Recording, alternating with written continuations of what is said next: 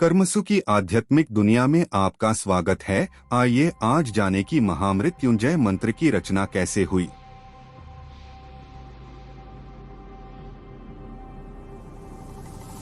शिवजी के अनन्य भक्त मृकंड ऋषि संतानहीन होने के कारण दुखी थे। विधाता ने उन्हें संतान योग नहीं दिया था। मृकंड ने सोचा कि महादेव संसार के सारे विधान बदल सकते हैं, इसलिए क्यों न भोलेनाथ को प्रसन्न कर यह विधान बदलवाया जाए। मृकंड ने घोर तप किया। भोलेनाथ मृकंड के तप का कारण जानते थे, इसलिए उन्होंने शीघ्र दर्शन न दिया, लेकिन भक्त की भक्ति के आगे भोले झुक ही जाते हैं।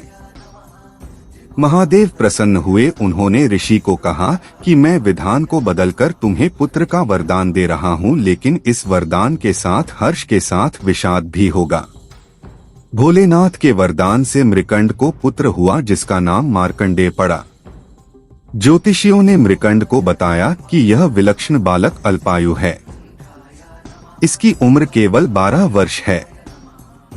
ऋषि का हर्ष विषाद में बदल गया।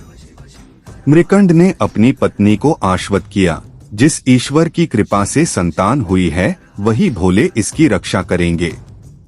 भाग्य को बदल देना उनके लिए सरल कार्य है। मार्कंडेय बड़े होने लगे तो पिता ने उन्हें शिव मंत्र की दीक्षा दी। मार्कंडेय की माता बालक के उम्र बढ़ने से चिंतित रहती थी। उन्होंने मार्कंडेय को अल्पायु होने की बात बता दी। मार्कंडेय ने निश्चय किया कि माता पिता के सुख के लिए उसी सदाशिव भगवान से दीर्घायु होने का वरदान लेंगे जिन्होंने जीवन दिया है। 12 वर्ष पूरे होने को आए थे। मार्कंडेय ने शिवजी की आराधना के लिए महामृत्युंजय मंत्र की रचना की और शिव मंदिर में बैठकर इसका अखंड जाप करने लगे। ओम त्र्यंबकं यजामहे सुगंधिं पुष्टिवर्धनम् उर्वारुकमिव बन्धनान् मृत्योर्मुक्षीयमामृतात्। ओम स्वाहा।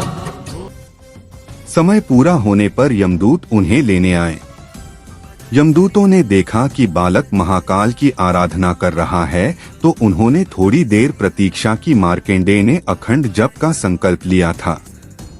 यमदूतों का मार्कंडेय को छूने का साहस न हुआ और लौट गए। उन्होंने यमराज को बताया कि वे बालक तक पहुंचने का साहस नहीं कर पाए।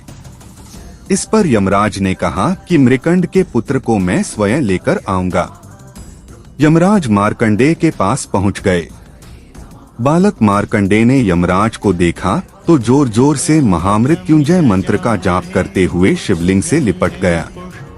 यमराज ने बालक को शिवलिंग से खींचकर ले जाने की चेष्टा की, तभी जोरदार हुंकार से मंदिर कांपने लगा। एक प्रचंड प्रकाश से यमराज की आंखें चुंधिया गईं। शिवलिंग से स्वयं महाकाल प्रकट हो गए। उन्होंने हाथों में त्रिशूल लेकर यमराज को सावधान किया और पूछा, तुमने मेरी साधना में लीन भक्त को खींचने का साहस कैसे किया। यमराज महाकाल के प्रचंड रूप से कांपने लगे।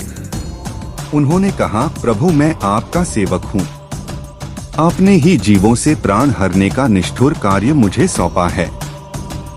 भगवान चंद्रशेखर का क्रोध कुछ शांत हुआ तो बोले, मैं अपने भक्त की स्तुति से प्रसन्न हूँ और मैंने इसे दीर्घायु होने का वरदान दिया है।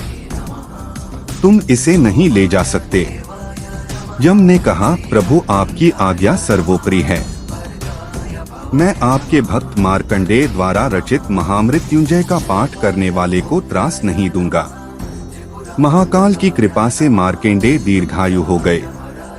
उनके द्वारा रचित महामृत्युंजय मंत्र काल को भी परास्त करता है।